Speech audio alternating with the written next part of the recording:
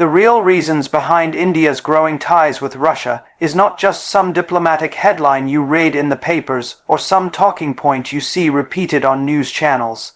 It is a deeper story of survival, strategy, history, and ambition, a story that goes back decades and is still being written right now, and if you don't understand it, you will miss the entire essence of how nations rise and how they protect themselves from being crushed by the weight of global power games.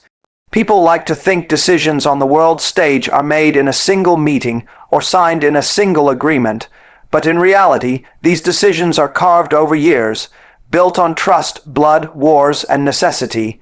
And when you look at India and Russia, you are looking at two nations that have leaned on each other in times when nobody else stood by their side. Ask yourself this: why is India, a country that today is so close to America, to Europe, to global markets, still choosing to deepen ties with Russia at a time when the West is punishing Moscow with sanctions, cutting business ties, and treating Russia like an isolated pariah?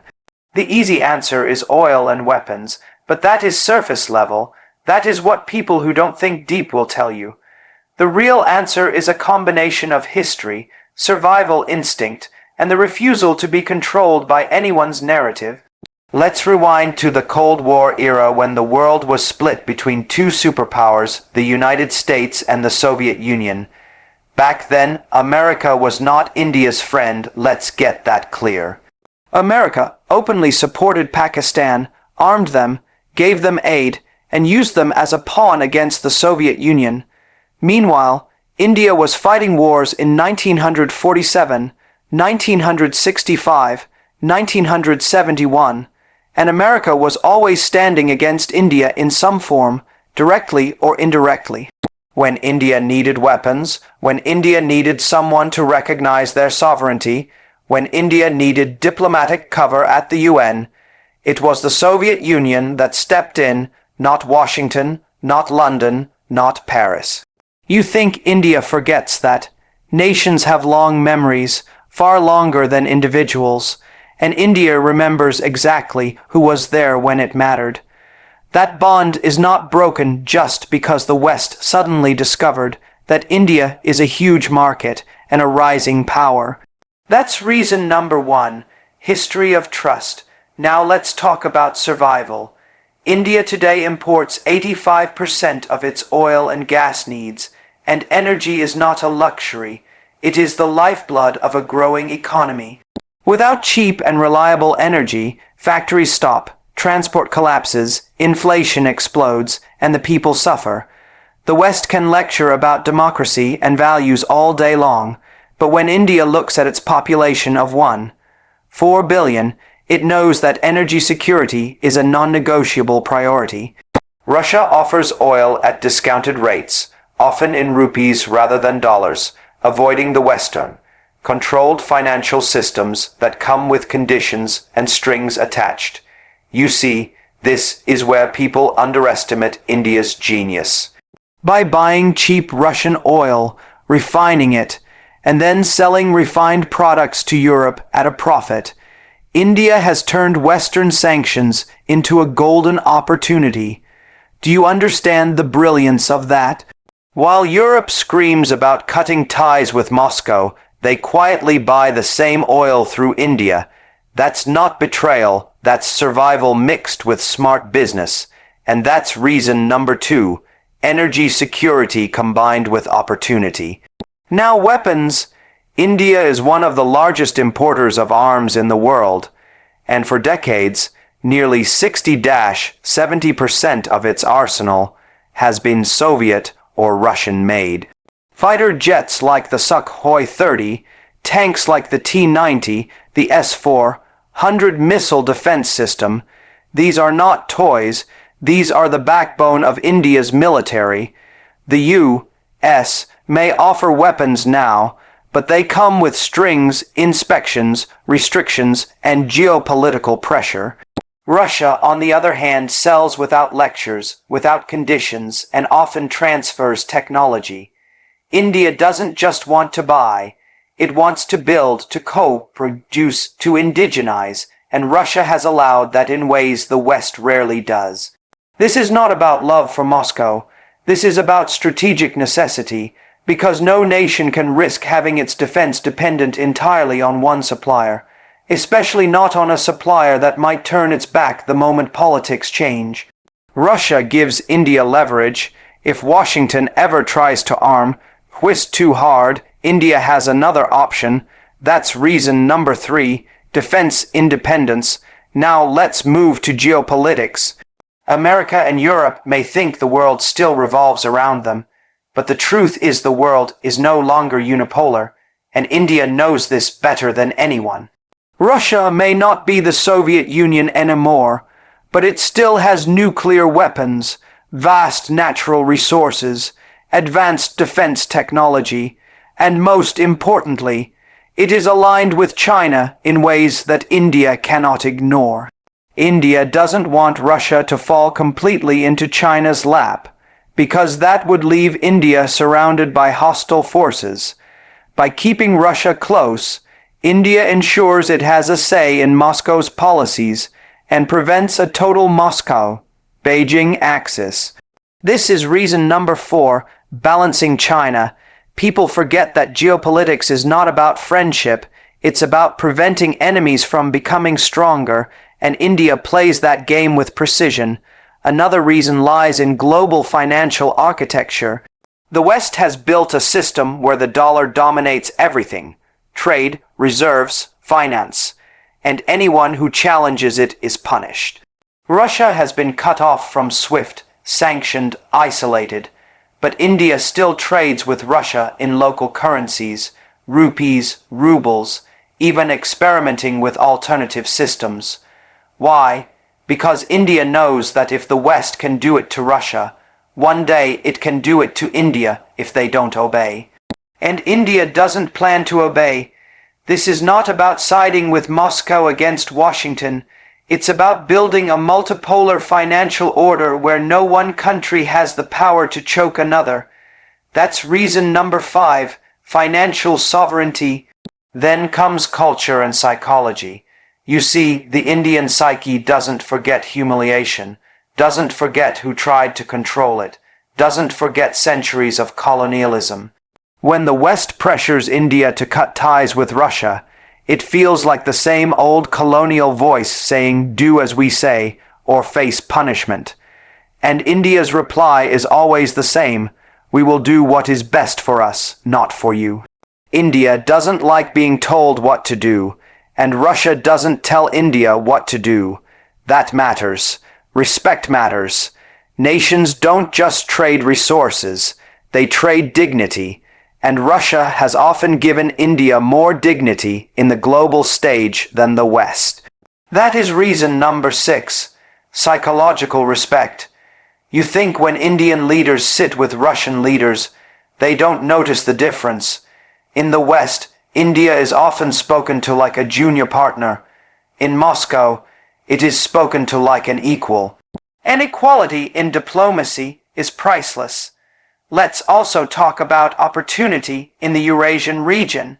India is not just thinking about today, it is thinking about tomorrow, about being part of projects like the International North-South Transport Corridor, which links India to Russia, Central Asia, and Europe through Iran. Imagine the advantage of bypassing traditional Western, controlled sea routes. Imagine the trade potential, the shorter delivery times, the lower costs. That is not theory, that is happening, and India wants to be at the heart of it. Russia is central to that vision. That is reason number 7, future trade routes. People may ask, what about America? Isn't India in quad with the U.S., Japan, Australia, standing against China? Yes, it is, but geopolitics is not about monogamy, it's about polygamy. India can be in quad with Washington, while being in BRICS with Moscow, and in SCO with Beijing. That's how you survive as a middle power rising to become a great power, by not putting all your eggs in one basket. The West wants black and white loyalty, but India operates in gray because gray gives options, and options are power. That is reason number 8, strategic autonomy. Now let's go deeper into the psychology of global respect. When the war in Ukraine started, Western leaders lined up to pressure India into condemning Russia. India did not. India abstained at the UN. India kept buying oil. India kept meeting Russian officials. Did the West cut ties with India? No. Did they sanction India? No. Did they stop investing in India? No. You know why? Because they need India more than India needs them. That's the truth, and India knows it.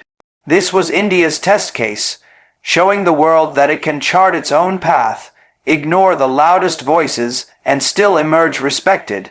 And guess what? It worked. India showed the global South how to say no without collapsing. That is reason number 9, role model for independence. And finally, let's talk about vision. India does not just want to be a balancing power, it wants to be a leading power. To do that, it cannot be tied down to one camp. It needs relationships in all directions. It needs Russia for energy and defense, America for technology and investment, Europe for markets, Africa for resources, the Middle East for connectivity. Russia is one piece of that puzzle, but it is a critical piece. Without it, India risks dependence on the West, and dependence is death for ambition. That is reason number 10, India's vision of multipolar leadership. So when you see India growing closer to Russia, don't fall for the lazy explanations. This is not about choosing sides, this is about refusing to be trapped. This is not about nostalgia, it is about necessity. This is not about betraying democracy, it is about protecting sovereignty. India is not siding with Russia against America. India is siding with itself, always with itself, and that is the greatest truth you must understand. Nations rise not by obeying others, but by putting their own people, their own security, their own future first, and that is what India is doing. And the more pressure the West applies, the more India will dig in, because history has taught India that survival belongs to the stubborn, not the submissive. The real reasons behind India's growing ties with Russia are not a mystery if you understand power.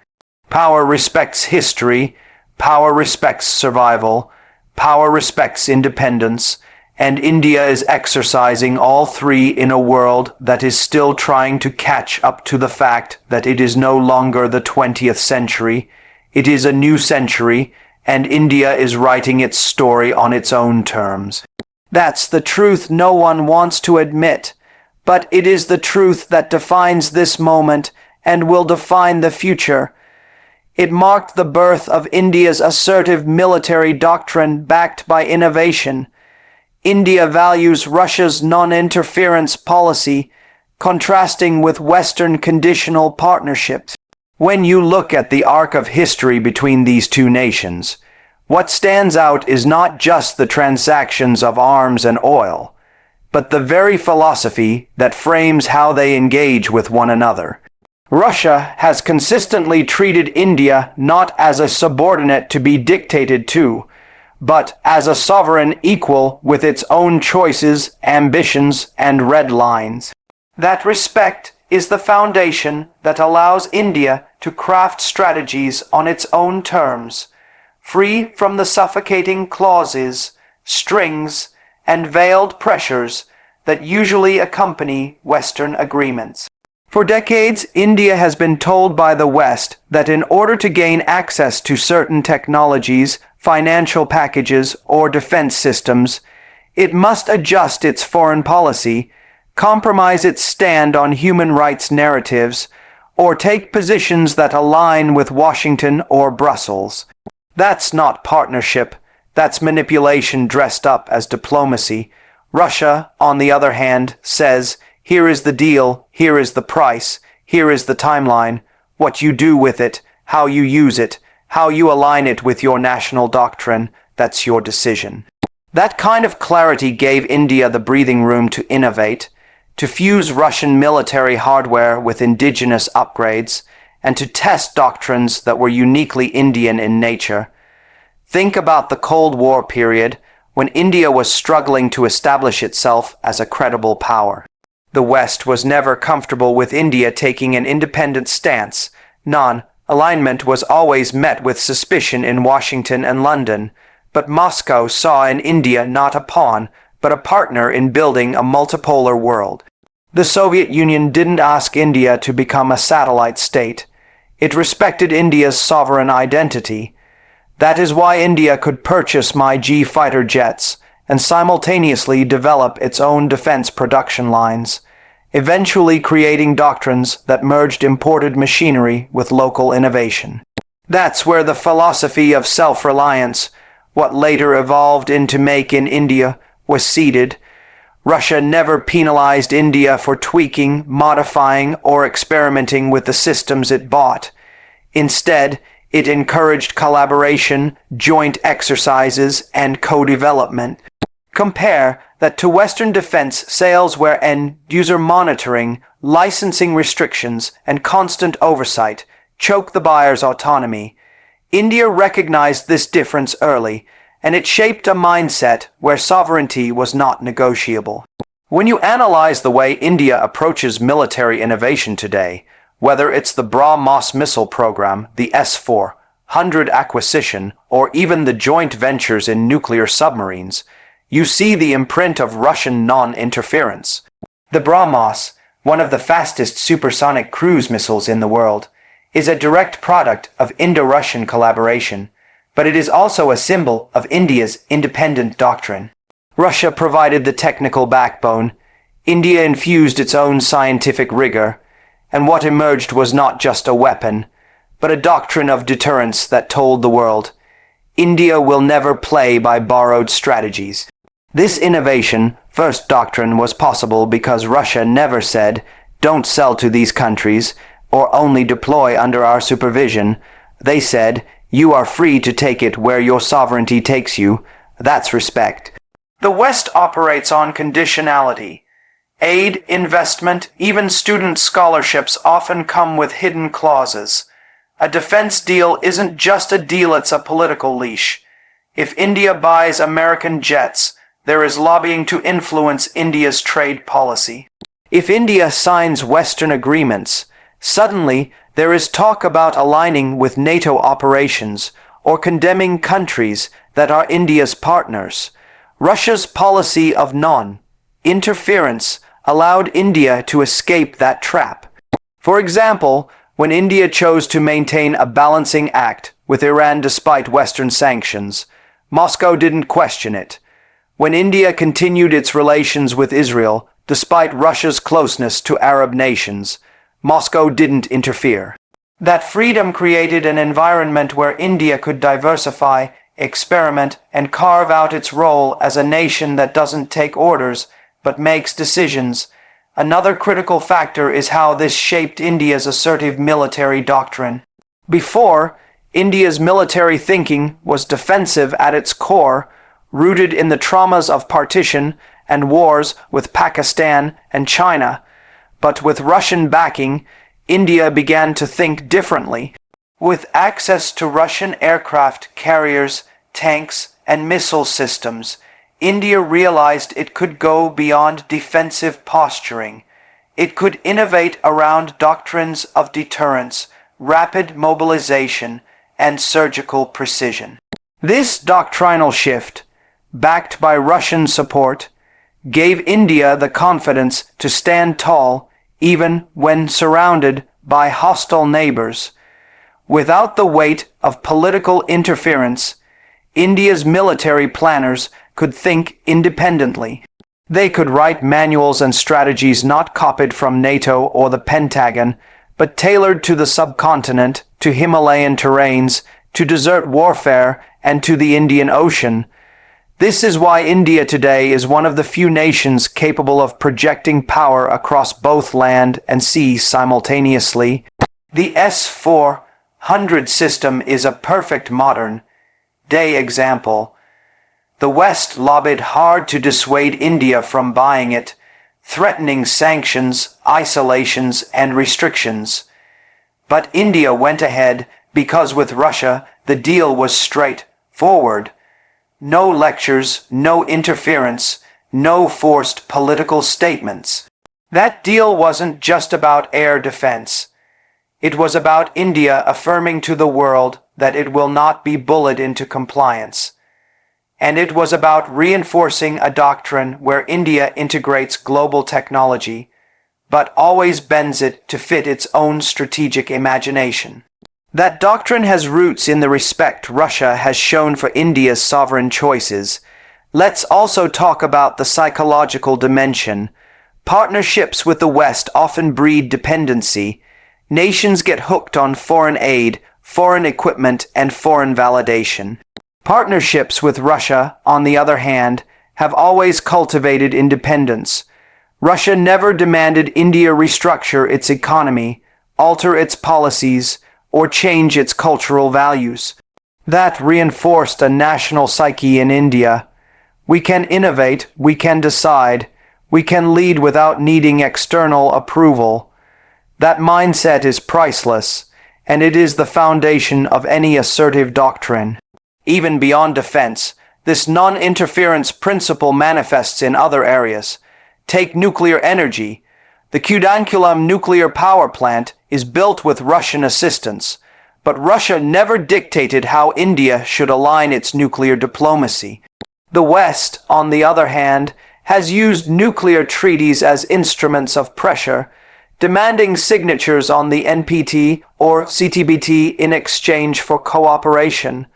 Russia never tied energy collaboration to political submission.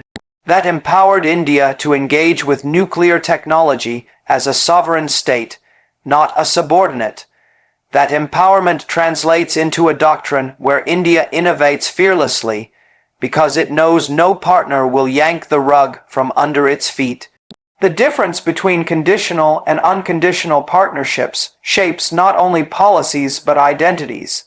India's identity as a nation that stands tall, makes independent decisions, and does not dance to the tune of others is deeply tied to its relationship with Russia. Because in every transaction, Russia respected India's sovereignty. That's the sharp contrast with the West, where partnerships too often resemble patron-client relationships. For India, a country with civilizational pride and a history of resisting colonial dominance, this distinction matters deeply. Non-interference is not just a policy, it's dignity, and that dignity fuels innovation, because only a free nation dares to experiment, dares to reimagine doctrines, dares to innovate without fear of punishment. So when we talk about India's assertive military doctrine backed by innovation, we're not only talking about weapons or strategies. We're talking about a mindset born from partnerships that respected independence. A mindset nurtured by Russia's approach of dealing as equals, not as supervisors. A mindset that rejects conditionality and embraces sovereignty. That doctrine is what allows India to say no to pressure, to chart its own path, to balance between East and West, and to rise as a power that listens to everyone but bows to no one. That's the real truth behind why India values Russia's non-interference policy so much, and why it contrasts so sharply with the way Western conditional partnerships operate, because at the end of the day, innovation does not flourish under chains, it flourishes under freedom, and freedom is exactly what India found in its ties with Russia.